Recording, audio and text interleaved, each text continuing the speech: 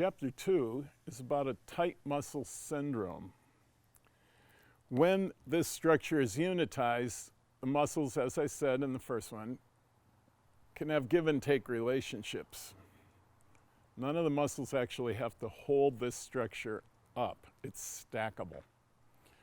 Well, what typically happens, instead of bending at the hips down here, these big old hip sockets are perfect for bending, the column bends. And when the column bends, the ribs drop down, the chin pops out, the head tips back. This bone, the whole skull, tips back.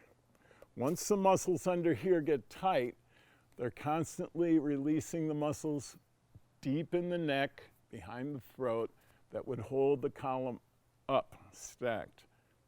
Once that releases, the ribs drop down. We have a hinge here. We have overstretched deep column muscles all down through here.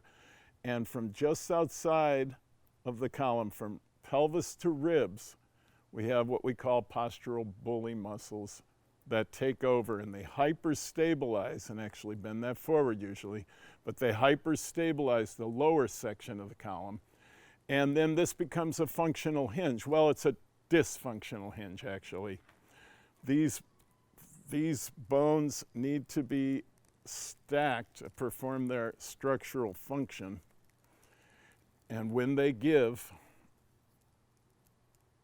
the stack doesn't work anymore.